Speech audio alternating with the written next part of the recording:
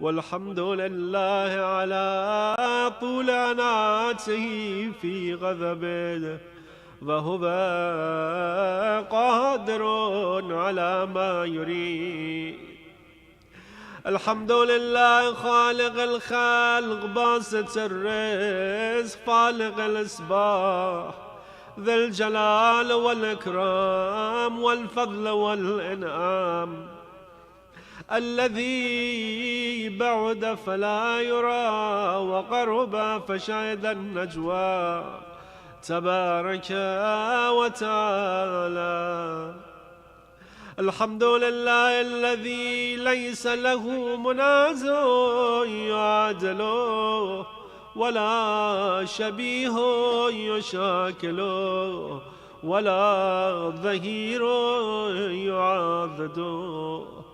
قهر بعزته الأعزاء وتواضع على عظمته العظمى، فبلغ بقدرته ما يشاء.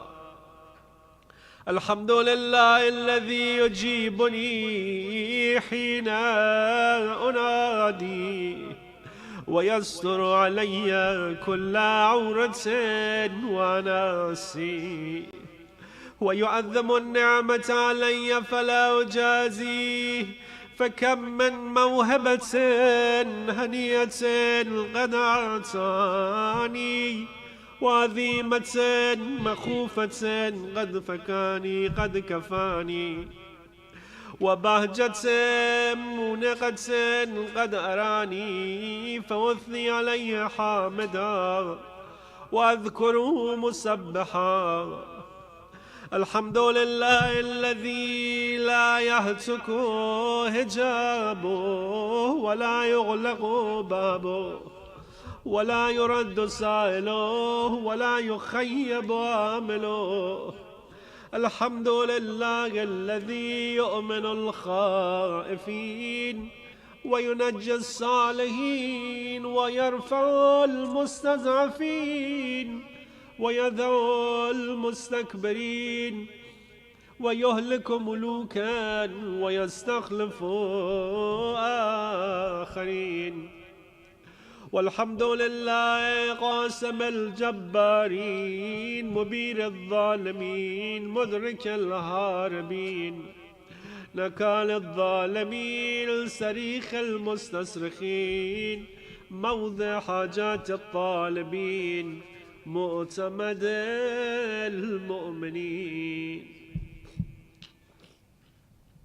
الحمد لله الذي من خشيته ترعد السماء وسكانها وترجف الأرض وعمارها وتموج البحار ومن يسبح في غمراتها.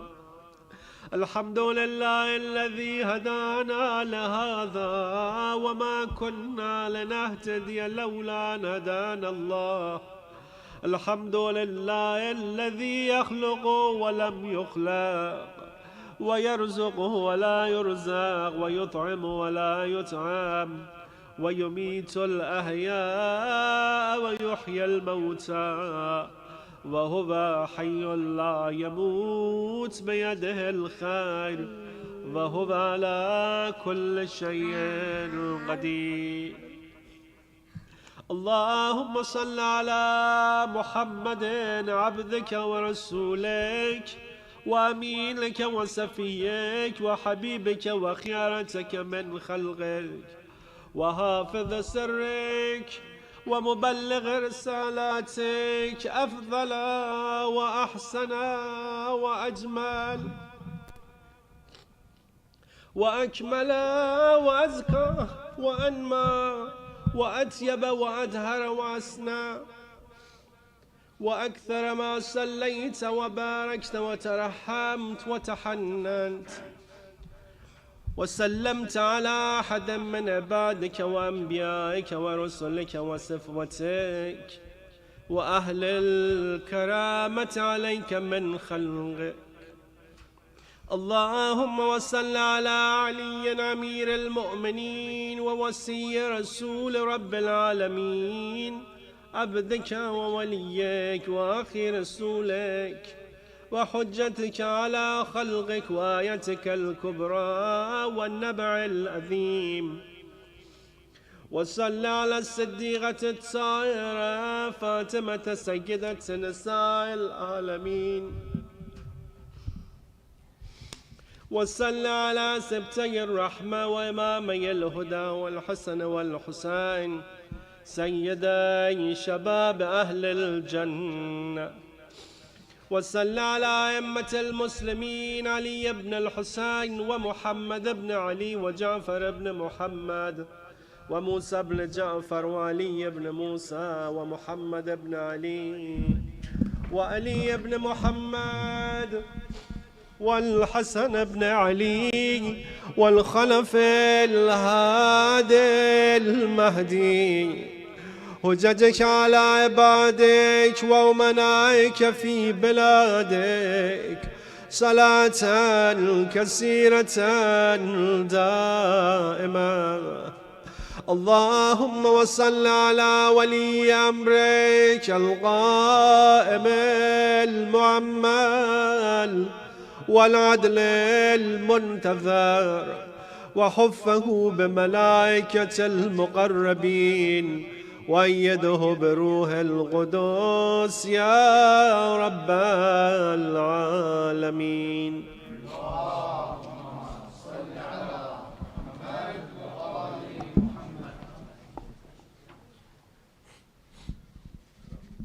اللهم اجعله الداعي إلى كتابك والقائم بدينك، استخلفه في الأرض كما استخلفت الذين من قبله، مكن له دينه الذي ارتزيته له، أبدله من بعد خوفه أمنا يعبدك لا يشرك بك شيئا.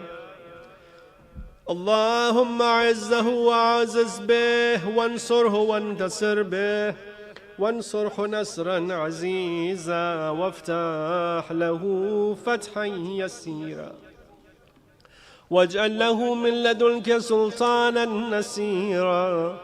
اللهم أظهر به دينك وسنة نبيك حتى لا يستخفي بشيء من الحق مخافة أحد من الخلق.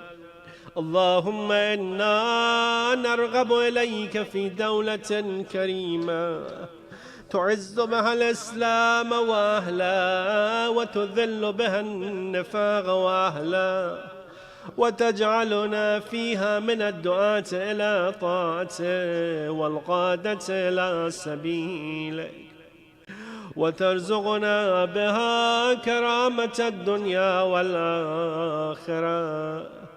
اللهم ما عرفتنا من الحق فحملنا، وما قصرنا عنه فبلغنا. اللهم المم به شعثنا واشعب به سدعنا، وارتق به فتقنا، وكثر به غلتنا، وأعزز به ذلتنا، وأغن به عائلنا، واغذ به عن مغرمنا، واجبر به فقرنا، وسد به خلتنا، ويسر به عسرنا، وبيض به وجوهنا، وفك به أسرنا، وأنجح به طلبتنا، وأنجز به مواعيدنا، واستجب به دعوتنا، وأعطنا به سؤلنا، وبلغنا به من الدنيا والآخرة آمالنا، وأعطنا به فوق رغبتنا يا خير المسؤولين يا خير المسؤولين، يا خير وأوسع المعطي، اشف به صدورنا وأذهب به غيظ قلوبنا، واهدنا بما لما اختلف فيه من الحق بإذنك، إنك تهدي من تشاء إلى صراط مستقيم، وانصرنا به على دفك ودفنا إله الحق، آمين.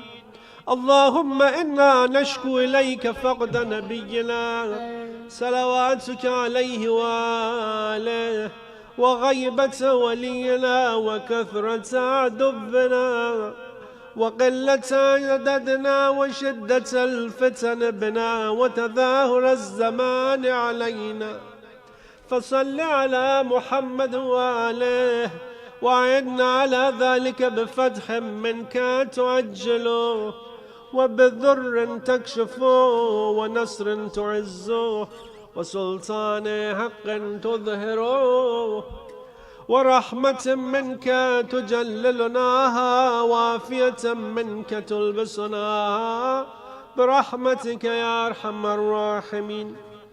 اللهم برحمتك في الصالحين فأدخلنا، وفي عليين فارفعنا، وبكأس من معين من عين سلسبيل فاسقنا، ومن الحور العين برحمتك فزوجنا، ومن الولدان المخلدين كأنهم لؤلؤ مكنون فأخدمنا، ومن ثمار الجنة ولحوم الطير فأطعمنا، ومن ثياب السندس والحرير والاستبراق فالبسنا، وليلة القدر وحج بيتك الحرام وقتلا في سبيلك فوفق لنا، وصالح الدعاء والمسألة فاستجب لنا،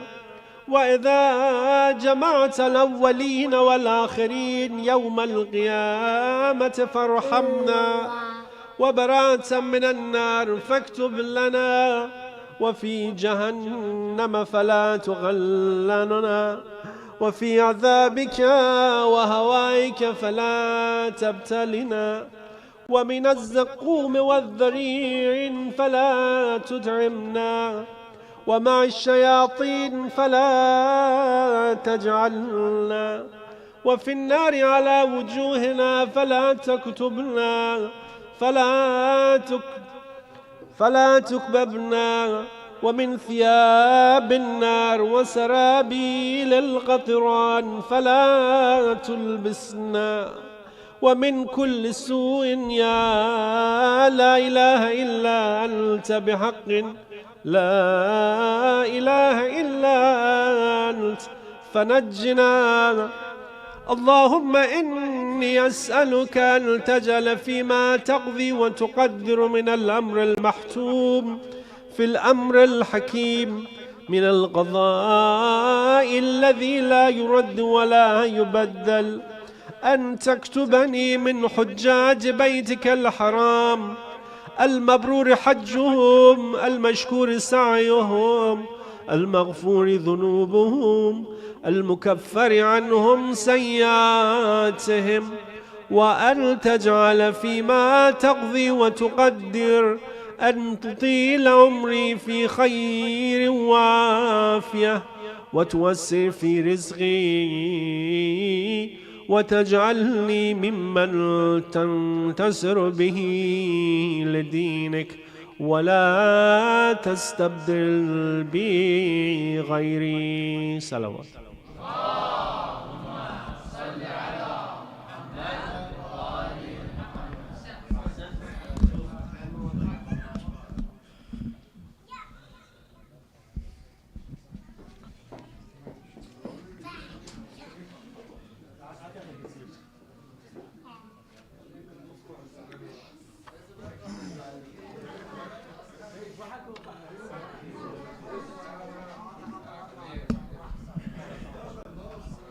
बर मोहम्मद वाले Mohammad सलवात Allahumma salli ala Muhammadin wa ali Muhammad. Now I would like to invite Maulana on the member, and another reminder for the coming Saturday, which is on 13th, we will have the celebration, community celebration for Eid, inshallah. So send the email for the more information. From Muhammad wa ali Muhammad Salawat.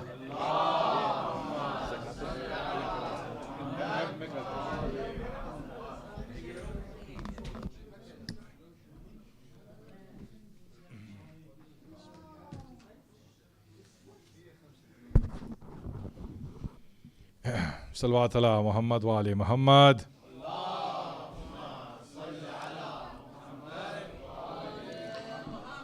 أعوذ بالله من الشيطان اللعين الرجيم. بسم الله الرحمن الرحيم. لا حول ولا قوة إلا بالله العلي العظيم. الحمد لله رب العالمين مالك يوم الدين غاية الطالبين وهو الذي يحب التوابين والمتطهرين والمحسنين وهو أعلم بمن ضل عن سبيله وهو أعلم بالمهتدين. ثم الصلاة والسلام على أشرف الأنبياء والمرسلين سيدنا ومولانا وطبيب قلوبنا وشفيع ذنوبنا أبي القاسم محمد.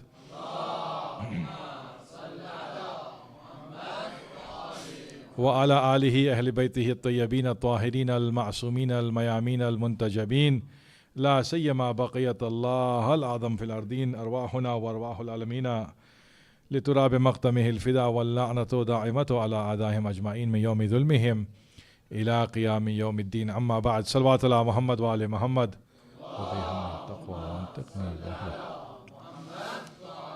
مؤمن مؤمنات السلام عليكم جميعا ورحمة الله وبركاته.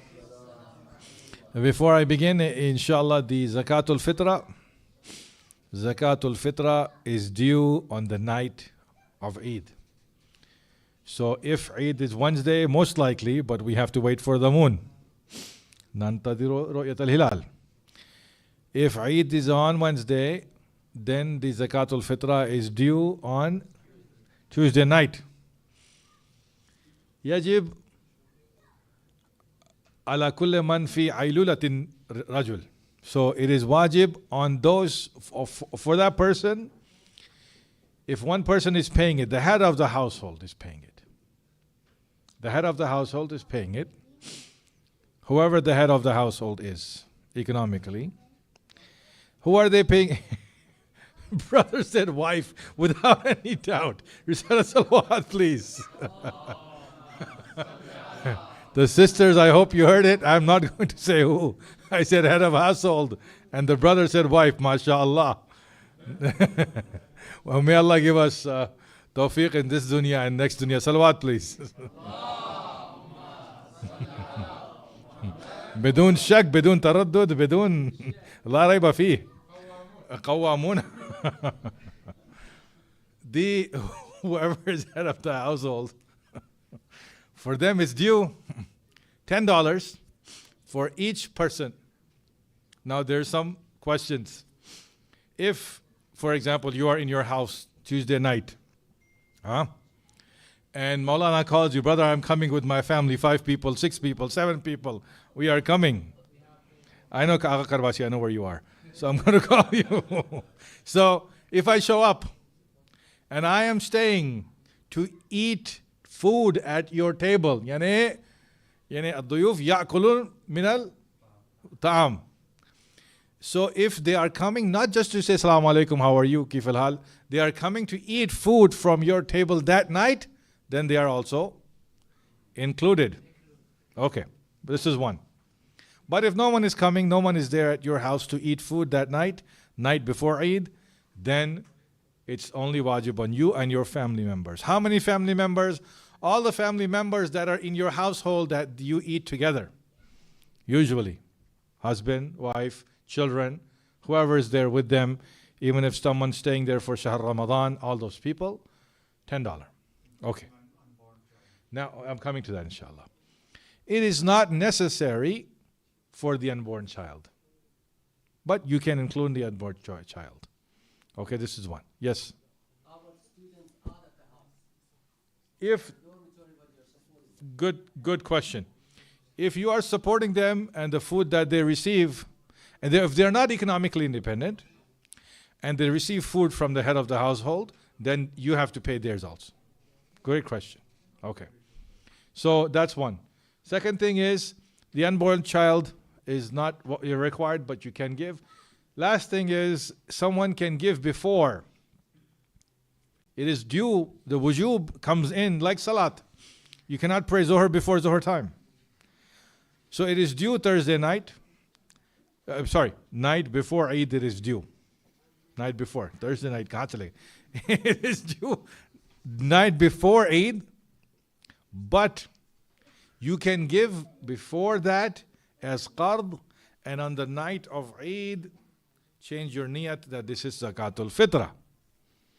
نستطيع أن ندفع زكاة الفطرة قبل الوقت كالقرض ونغير النية بنية زكاة الفطرة ليلة العيد. This is second point. Last point is that it should go to those needy fuqara in your city. In the city you live. من هو المستحق زكاة الفطرة؟ الفقير الذي يعيش في مدينتكم في بلدتكم. أولاً, who is the one who deserves this? The faqir. Who is faqir, Maulana? We are all faqir, Allah is ghani. No, faqir is someone who does not have enough for their food and clothing for 1 year. هذا هو الفقير في الشرع. So faqir is someone who does not have enough to meet their needs of clothes and food for 1 year. This is faqir.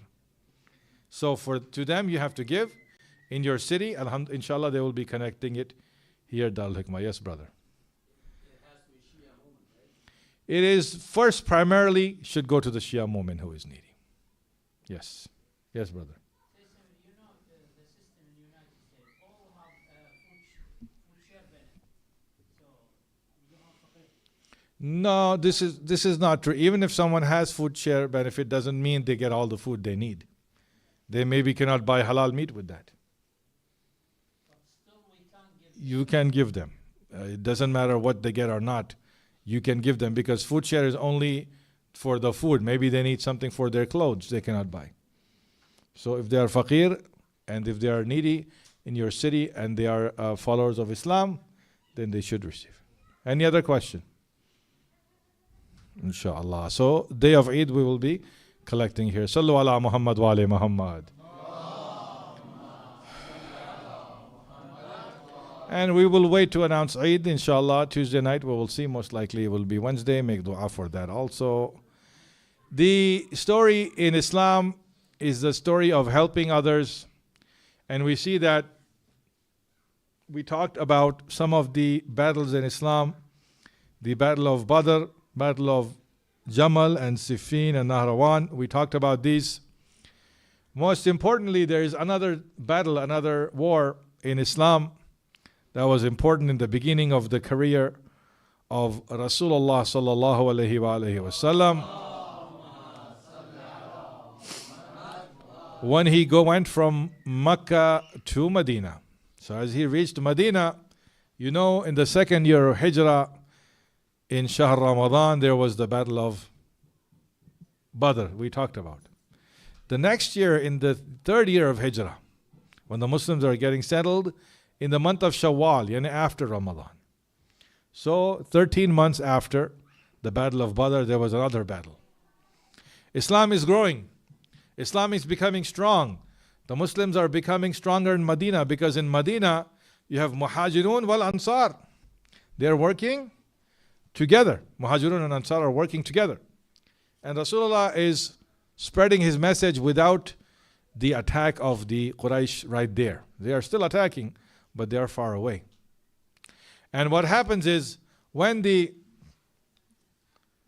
Battle of Uhud takes place at this mountain, if you go and see the mountain is no longer there. It is very small now. It used to be a bigger mountain. Now, the Muslims, they ate up the whole mountain now. It's maybe 20% left of the mountain. Anyway, there is the grave of Sayyid al-Shuhada al-Awwal, Hamza alayhi salam, over there. Now, what happened in the battle of Badr is that at the place of Badr, The Muslims were not 313, they were 1,000. The Battle of Uhud, at the Battle of Uhud, the Muslims were 1,000 Muslims at the Battle of Uhud. And there were 3,000 from Quraysh who came. So three times. In the Battle of Badr, 313 Muslims, correct? And maybe 1,200 of Quraysh, Kuffar, Mushrikeen, trying to attack. But in the Battle of Uhud here, 1,000 Muslim, Alf Muslimin. MashaAllah, bigger number, stronger number, more Muslims, more time. They are getting ready. We always look at the Zahirul Amr. We always look at the external. We say, Maulana, this group is stronger than that group. This group is bigger than that group. This group is stronger. They should win. Because we know how to count by number. We are counting only by number. Someone has $10, good. Someone has $100, oh, even better. Because we count by number. Brothers and sisters, Battle of Uhud showed us numbers don't mean anything. Numbers do not mean anything. What happens? 3,000 of those people come and they fight, and Rasulullah is standing there, and he is in the middle, and behind him is the mountain, in front of him is the enemy.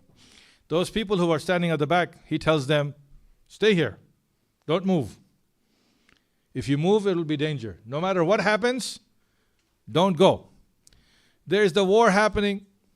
70 Muslims are killed. 40 of the mushrikeen are killed. After that happens, the people who are standing in the back, they say, oh my God, they are winning. We have to go get the mal. We have to go get the whatever loot they're getting. Run, run, run. So first thing, numbers don't matter. Second thing, don't be greedy, please. Muslims were greedy then. Muslims are greedy now. It's there. So after that, what happens? Over there, Khalid bin Walid comes from the back and he attacks, and the Muslims end up losing the battle. They do not win. In the middle of this, I'm bringing your attention, inshallah. In the middle of this, there is a lot of dust and smoke. And there's a lot of confusion. And what happens is people think that Rasulullah has been killed. The news, shaitan starts to spread that Rasulullah has been killed. He has been shaheed. Yani Islam is finished. Islam is over. Khuda Hafiz to Islam. We are going back to Medina, and story is done after all these years. Two people are running away. They were always running away in this. They're always running away, brother. I don't know what to do. I don't know how to catch them. They're always running away. So two people are running. No one in history can catch them, mashallah. They are good runners. So they are running away. They run away. They are practicing to run. What happens? All of a sudden from that dust, 3 people come out. You see 3 people. You see, Rasulullah comes. He turns his face not to the kuffar, but to the Muslims. Hajib. Rasul yuwajih al-Muslimin. He turns to the Muslims, those running away. He says, Ana Muhammad. He says, I am Muhammad sallallahu alayhi wa alayhi wa sallam. And I am here, I am alive. I am here. So he tells the Muslims who are running, they say, oh, we have to go back now. The lesson is still going. The teacher is not done. The teacher is not finished. We have to go back. Another person that is with him, of course, in this history is Amir al-Mu'mineen. He's with him. He's fighting. He does not leave the Prophet. Like a man and his shadow. A man and his shadow. Not leaving the Prophet at any time, at any moment. Not leaving. You know the bravery of Ali. The third person that is there, his name is Sammak. His name is Abu Dujana. Abu Dujana was a Sahabi of the Prophet. And Abu Dujana is with the Rasul in this moment.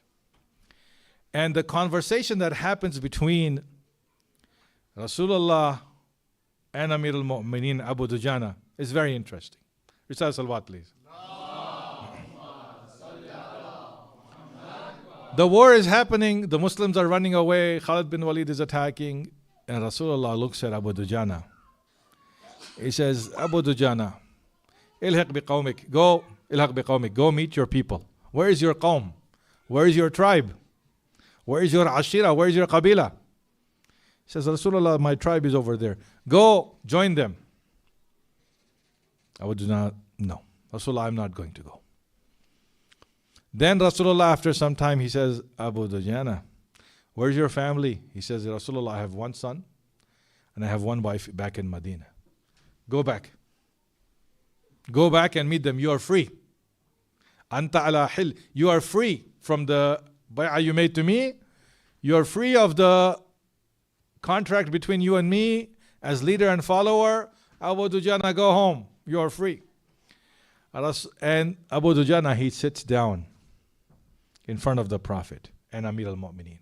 In the battle, in the middle of he sits down.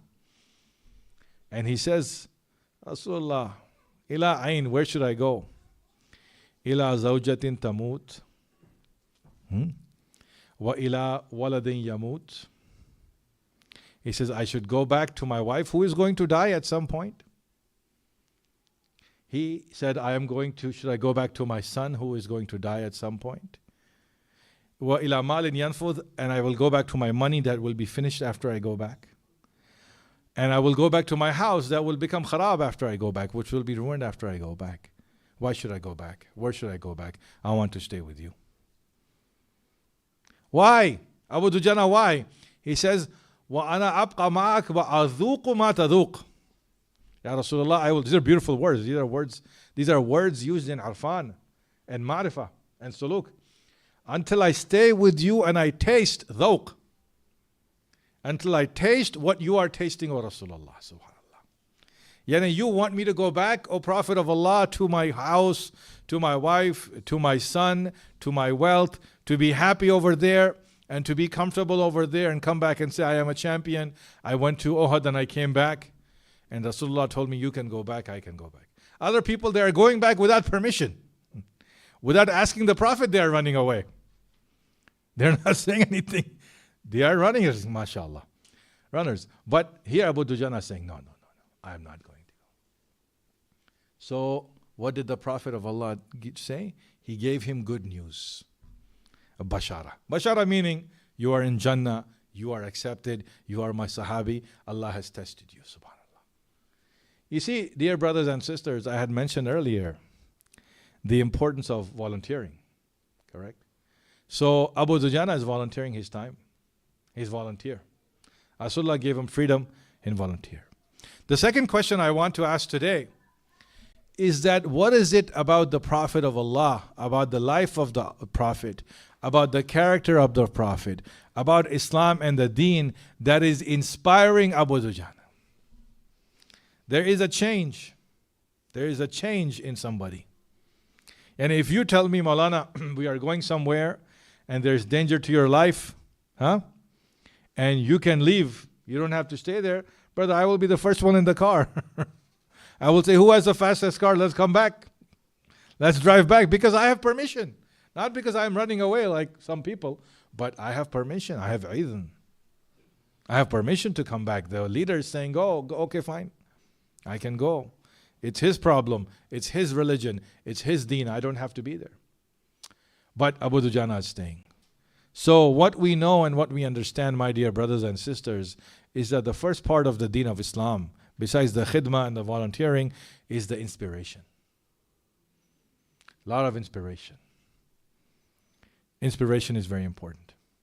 Rasulullah is inspiring this person to do something new. Rasulullah is teaching this person to do something brave. Rasulullah is guiding this person with Amir al-Mu'mineen to open the doors of becoming a hero and shaheed for him.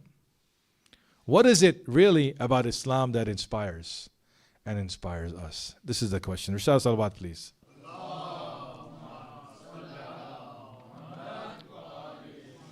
We see that there are many leaders in this world.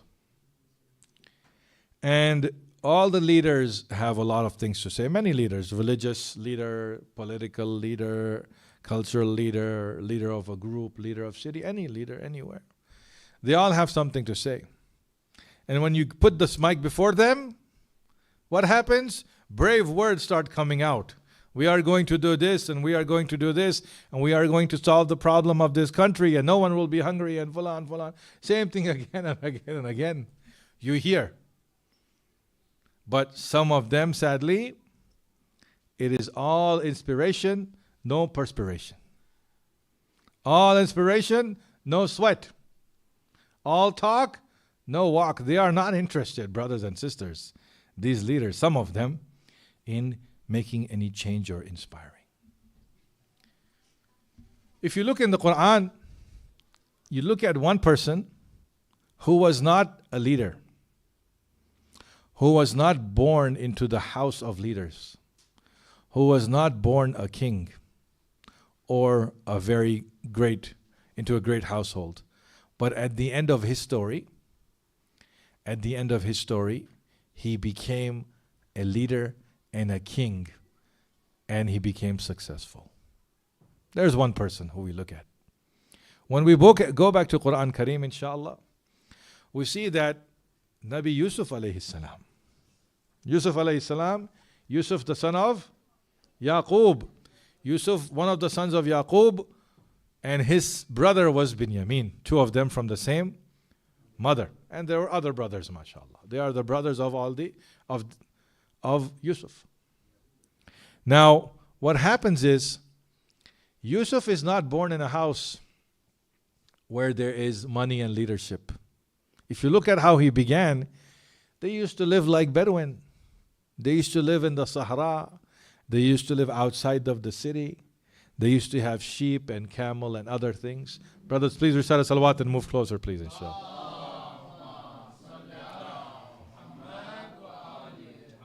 Another salawat, please. They used to have camel and sheep. They did not have a lot of wealth. Was Nabi Yusuf born in the house of a king, a malik? No. Was Nabi Yusuf born in the house of a rich person? No. Did Nabi Yusuf have a lot of servants and slaves? No, he did not. It's a very simple house of Nabi Yaqub. Living out there, and they are afraid the wolf is going to come and eat them. And يأكله الذئب يخافون. They are afraid that the wolf is going to come and eat them. Yani this is outside. This is in the country. This is not in Milwaukee County. This is outside in Dodge County, Washington County, whatever you want to say. So far away. Over there, when they live, the story of Nabi Yusuf is that, yes, his brothers, they sell him, they betray him. For a small price, the Quran says.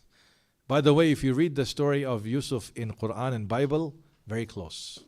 Maybe the closest of any story between Quran and Bible is Nabi Yusuf's story. Very, very similar. You compare both of them. Other prophets, other stories are different, but this one is very similar. Recite salawat, please. MashaAllah, you are brave. When I said wolf, no one is going to get scared, inshallah. No one is going to run away. Okay. Now, what happened to Nabi Yusuf is that he went from Canaan all the way to Misr. When he got to Misr, he is trying to help. He is trying to inspire. He is trying to guide some people wherever he is. If he is in the house of the Aziz, of the noble person in Egypt, he is trying to guide them. فَجَعَلْنِي عَلَى خَزَائِنِ الْأَرْضِ. He says, give me the keys to this earth. And what does he do? He makes Egypt into a very powerful place. Because he is helping the other person. He is guiding the other person. Then something happens with Nabi Yusuf. That's not the point of this story. He goes to jail. Yani the Prophet of Allah is in jail. The Prophet of Allah is in prison. The Prophet of Allah cannot go outside freely. He is Nabi Yusuf alayhi salam. He is Nabi.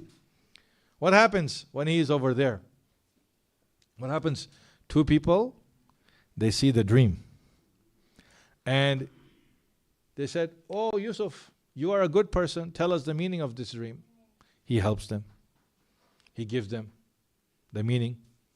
When he gives them the meaning of the dream, one of them, he dies, the man. The other one goes outside.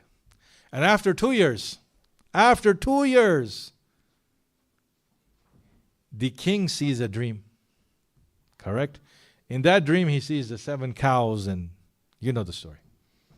And he sees those dreams. They say, oh, who can tell me the meaning? No one can tell the meaning. Then this man who was with Nabi Yusuf, he remembers.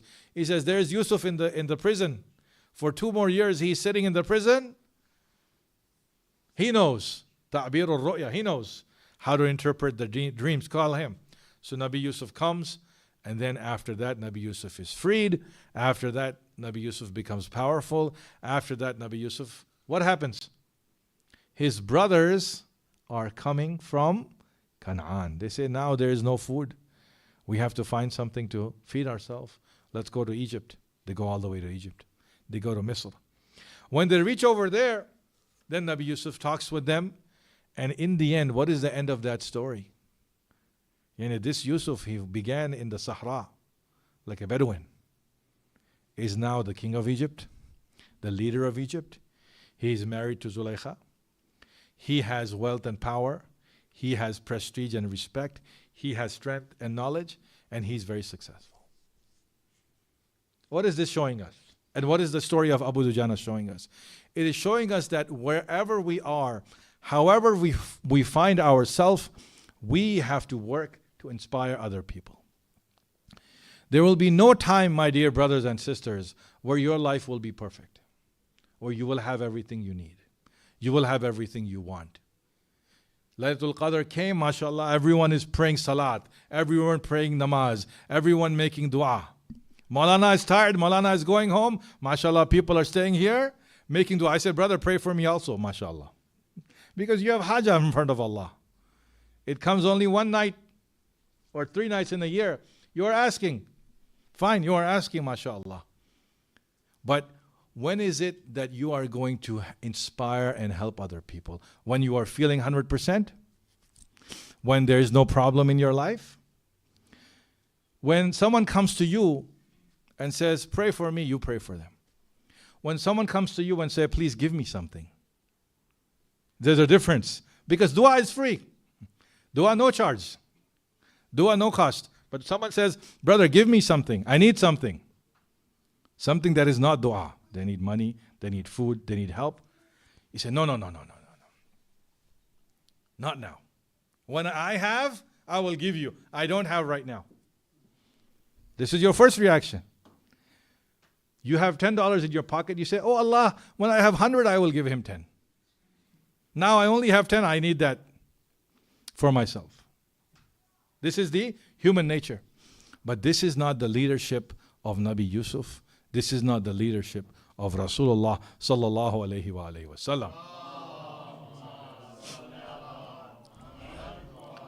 To inspire somebody, to help somebody, to do a favor to somebody, to be kind to someone, maybe that is the way that you will get your strength and your breakthrough, and Allah will do a favor on you. Allah is not asking for perfection. We want perfection. Allah is not asking that you have to be 100% before you can give 1% or 2% or 5% to somebody else.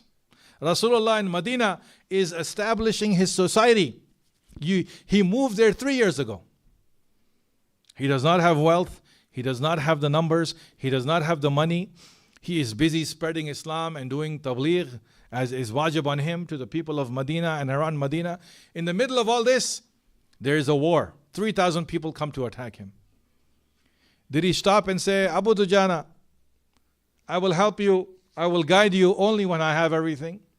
Let me finish this battle and this war, then I will help you and guide you? No. In this case, brothers and sisters, do never think that Abu Dujana is helping the Prophet. The Prophet is never taking qard from anybody. Imam Ali is not saying, Abu Dujana, come help me. This is the Rasul of Allah. With one command, thousands of angels can come and help him. Don't be mistaken. Don't be mistaken. The Rasul and the Imams and the Ahlul Bayt, they are not in need of other people. They are not in need of other people. That Rasul is saying, oh, you come help me, be my sahabi, and I need you. No, wala'adu billah. No. He is guiding them. If Rasulullah felt the need for Abu Dujana to be there, why did he say, go to your people?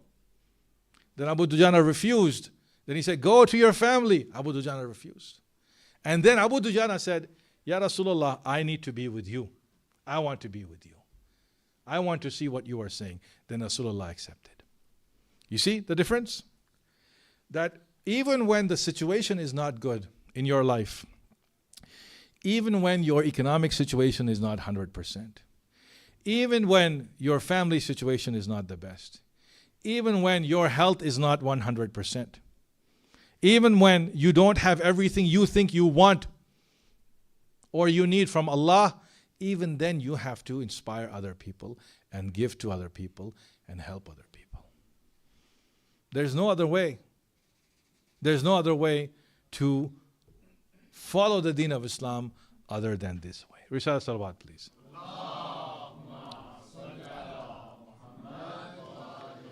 In the holy city of Najaf, there was a masjid. This is one of the stories I heard. I don't know the name of the masjid, maybe some of the brothers from Iraq. This masjid, I don't remember the name, is a big masjid, but next to this masjid, down the street, is a smaller masjid. Two masjid, one big one, one small one. The sheikh of that masjid, the big one, the story goes, they are collecting money. So they go to different places. Back then they go to India, they go to other places to get this money, to build this big masjid that they need over there. Because it was the time of the Ottomans, and the Ottoman were not the Shia. So the Shia have to find their own. So this sheikh over there is building this masjid. And what he is doing is, he's asking people, he's building. He says, how big is this masjid going to be? Well, we need to have 1,000 people, 2,000 people come in this masjid, so they can stay and we can have our salat and we can have our dars and madrasa. So, okay. After that, his son comes to the sheikh. He says, Father, have you seen that masjid down the street? They go and they see it's a smaller one they are making. It's far down the street, a smaller one. What about that one? Well, they don't have funds. They were building, is halfway done. They don't have money. They don't have to complete it. So over there's a Sayyid. Over there in that small masjid, there is Sayyid, not a sheikh, of course. So now, this sheikh goes, no, what do we do? He gets some money. He takes some money. And he collects that money. Whatever money came for his masjid, he says, I am going to get the permission of the people who donated the money, and I'm going to give it to the smaller masjid. Why? Why are you doing this? What's going to happen? You got this money. We need this money to build our big masjid. Why are you giving it to the smaller one? Your bigger one, maybe they can join you. He says, no. The Sayyid over there, he has a need. This masjid needs to be there for them. That community, that neighborhood will have this masjid. I will go and help them. So he goes and takes the money from the donors and he gives it, and they build a small masjid. The small masjid is finished. A few years after that, they get enough donors, and this big masjid in the city of Najaf is finished and done. So now, instead of having 1.5 masjid, you have one complete masjid of Allah. Two masjids of Allah. Two complete masjids of Allah. Not 1.5, not one, not united, two. And the reason for that story is that both of them, those two masjids in Najaf over there I'm talking about, the one that was building went out, and even though they did not have enough, they went and helped the other people. They went and guided the other people. They went and gave of their ilm and their wealth to those other people, and that masjid was completed. So when you go, you see the story of both these masajid together. And the reason is that this sheikh over there, he is inspiring, following the example of Rasulullah sallallahu alayhi wa sallam. Rishalat Salawat, please. So the most important thing, my brothers and sisters, in our deen as leaders is inspiring, is giving. MashaAllah, we have many projects here that the brother does Brother Hassan does with feeding people and feeding everyone every month, mashallah. Some of us, when we have our time and energy, we come and we help. When this project was happening, I started thinking, well, I have to go. Should I go? Should I not go? Brother's calling me. We should go help him. I said, I don't have to be feeling 100% to go and help. I can just get up and come as I am. And mashallah, last time we came and we made all the food packets over here. That was before Ramadan, right? And we gave it to the needy. So me participating in those activities when I can teaches me I don't have to be 100%. I can be feeling 80%, 50%. All I have to do is go and show up and help for the sake of Allah subhanahu wa ta'ala. And if 10 of us come and do something and we're all feeling 80%, 70%, 60%, we will all get this activity done for the sake of Allah subhanahu wa ta'ala. So brothers and sisters, don't let that stop you from giving, from participating, from being active, because never let your nafs tell you, I don't have, how am I going to give? No, you don't have, but Allah will make wasila for you if you become the wasila for other people. Risala salawat, please. The last thing on this Saturday night about the deen, about the change. You see, the other thing about this Abu Dujana in the Battle of Uhud is that these Arabs of Jahiliyyah, these Arabs before Islam, when they were living in a different society.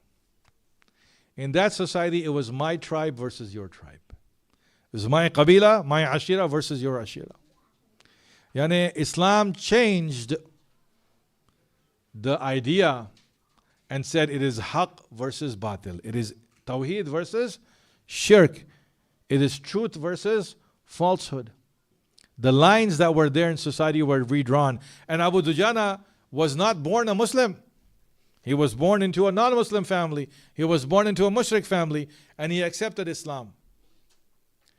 What is it about Islam, and what is it especially about month of Ramadan that is so important?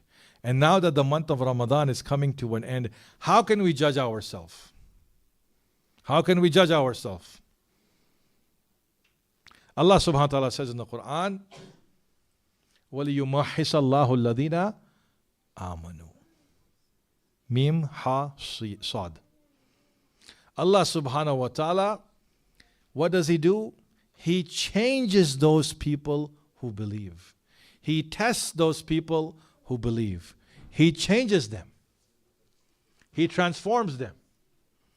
They were something else before Islam, and after Islam they became something else. Abu Dujana was mushrik before that, and after that he became Muslim, a mu'min to such a degree that he does not want to leave Rasulullah in the side of Rasulullah in the Battle of Uhud. Change. Change, change, change. All the politicians will come and talk to you about change. You don't know if they really want change or not. Here at the end, last weekend of the month of Ramadan, last Sunday, which is tomorrow in the month of Ramadan, I have to wake up and say, do I feel different from before? Do I feel different from beginning of Ramadan? Do I feel different than last month of Ramadan? And that's a question only you can ask yourself, and only you can answer that question in front of Allah subhanahu wa ta'ala. Have I changed? Maybe there's something I used to do which is not good. Am I still doing it? Then I haven't changed. Maybe there's something I didn't do before, now I'm doing it. Have I changed for the sake of Allah? Have I grown? It's a question we don't ask ourselves. We want to not think about those questions. Maulana, don't ask me these questions. I am hungry, I am thirsty, I am coming to the center. Khalas, finish. We do our Quran, we do our iftar, we drink our chai Abu Ali, we go home. Huh? I'm coming for chai Abu Ali, I'm not coming for anything else. This is what we say to ourselves. But this is not true, my dear brothers and sisters. Only after Eid you will know. When shaitan, who is waiting to tell you Eid Mubarak also, when shaitan comes on the freeway, highway, expressway, like that person ran away from Uhud, shaitan is running to you. Shaitan is running toward you, and he will also shake your hands on Eid and say, Ahlan wa sahlan. Hala bikum, he will say, how are you? So when he comes And when shaitan's forces and Juyush shaitan, when they come, then you will know if you are going to be like Abu Dujana, who is brave and fighting with the Imam, or you are like those people who ran away.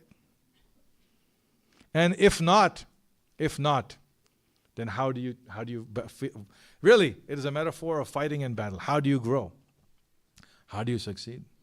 It's not an easy question, my dear brothers and sisters, but it's a question that inshallah we should ask ourselves. Inshallah. Risal salawat, please.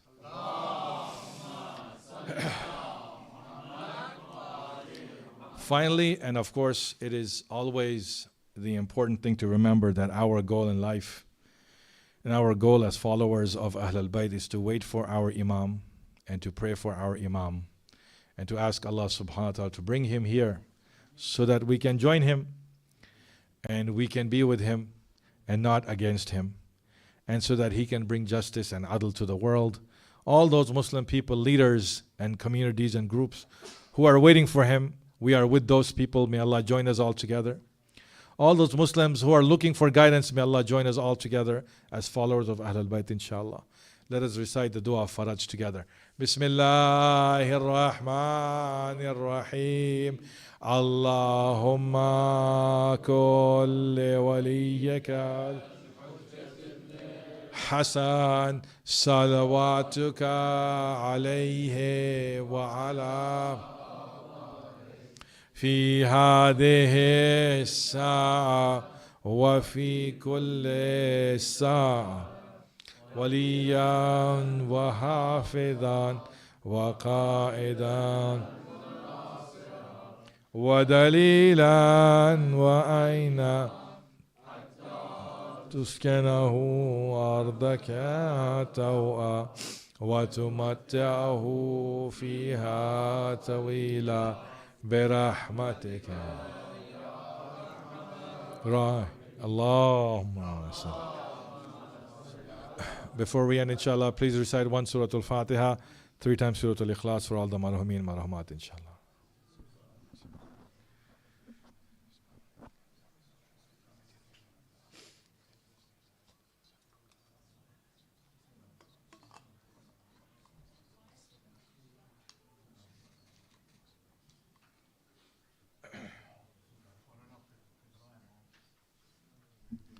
The fitra amount is $10 per person, inshallah. $10.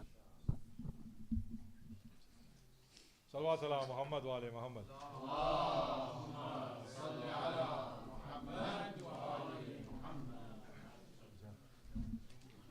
Please stand for ziyarah.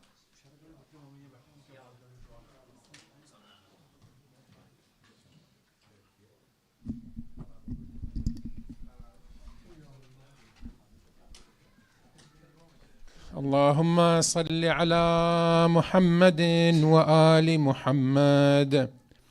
السلام عليك يا أبا عبد الله، السلام عليك يا ابن رسول الله، السلام عليك يا ابن أمير المؤمنين، السلام عليك يا ابن فاطمة الزهراء سيدة نساء العالمين، السلام عليك يا أبا الأئمة الهادين المهديين، السلام عليك يا صريع الدمعة الساكبة، السلام عليك يا صاحب المصيبة الراتبة، السلام عليك وعلى جدك وأبيك، السلام عليك وعلى أمك وأخيك، السلام عليك وعلى الأئمة من ذريتك وبنيك. أشهد لقد طيب الله بك التراب وأوضح بك الكتاب وجعلك وأخاك وجدك وأباك وأمك وبنيك عبرة لأولي الألباب. يا ابن الميامين الأطياب التالين الكتاب وجهت سلامي إليك، صلوات الله وسلامه عليك، وجعل أفئدة من الناس تهوي إليك.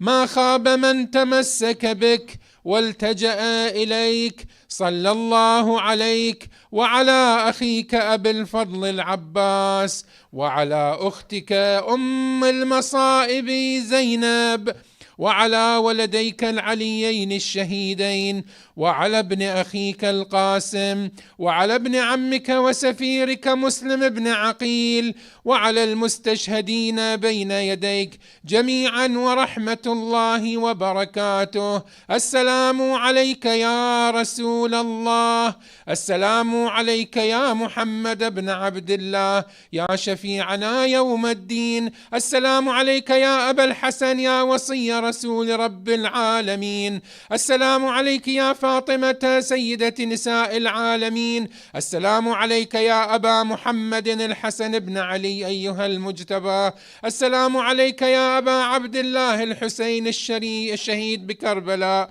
السلام على علي بن الحسين زين العابدين، السلام على محمد بن علي الباقر، السلام على جعفر بن محمد الصادق، السلام على موسى بن جعفر الكاظم، السلام على علي بن موسى الرضا، السلام على محمد بن علي الجواد، السلام على علي بن محمد الهادي، السلام على الحسن بن علي العسكري، السلام عليك يا مولانا يا صاحب الزمان، السلام عليك يا خليفة الرحمن، السلام عليك يا شريك القرآن، السلام عليك يا قاطع البرهان، السلام عليك يا إمام الإنس والجان، السلام عليك وعلى آبائك الطيبين وأجدادك الطاهرين المعصومين، ورحمة الله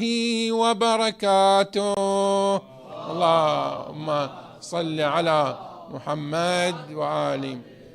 For the hastening of our Imam and for his ta'jeel al-faraj and for the safety of believers and for those people who they are suffering, let's recite Ayat al-Shifa 3 times. Bismillah ar-Rahman ar-Rahim.